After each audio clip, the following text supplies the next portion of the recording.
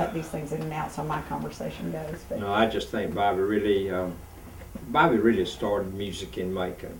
I do not know of a recording engineer at that time, but Bobbie's name was really thrown around quite a bit when Otis got started, and so I think really he launched the first recording studio, yeah. I believe. And so and they don't want to accept that. Some of them don't want to accept. They think that Phil did, but it must have been 3 or 4 years after Bobbie had his started when Phil started. So actually Bobbie was the first person to get it started here in Bibb County.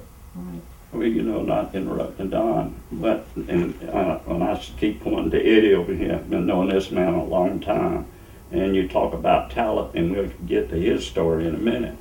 But there's a lot of people that know what happened, but just don't say it, and they can say it, but it don't go nowhere.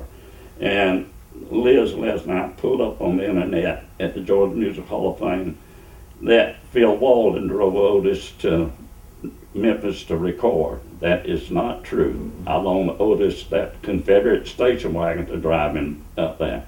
And Phil was my friend. I have nothing bad to say to Phil. He's dead and gone. I was in Daytona when Phil passed away.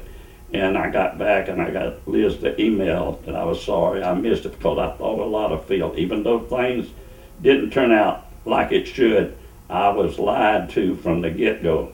Man, it was all, but I forgot that. And Otis and I made up and became good friends. And a few days, as I told you earlier, before he got killed, him and I went out to Pendleton Homes where we had a long talk and what he was going to do with his career.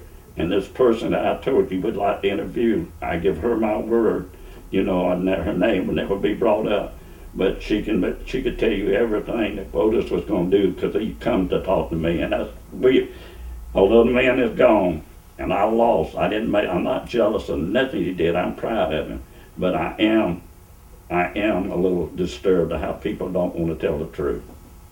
Well, they don't want. We want your story that you started and launched Otis. So you weren't there. You weren't there in the end for him for recording, but you were there as a friend at the That's end.